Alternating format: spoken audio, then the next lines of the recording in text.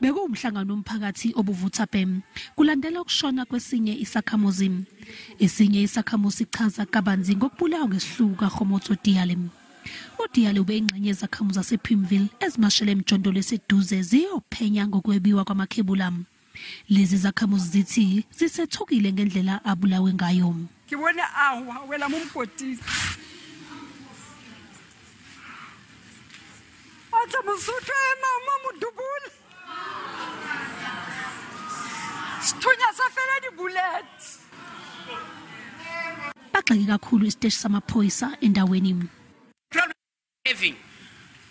About the police station, I will start about the police station.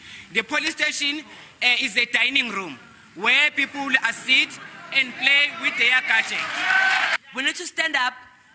Or don't speak sitting room. Stand up and go and fight with everybody else. If the Soweto riots, so be. Bagcizelele ukuthi ngale kokuba khona kwamalungu operation Dudula imash bekungeyomphakathi. After start ukufika u4, then tina we come back.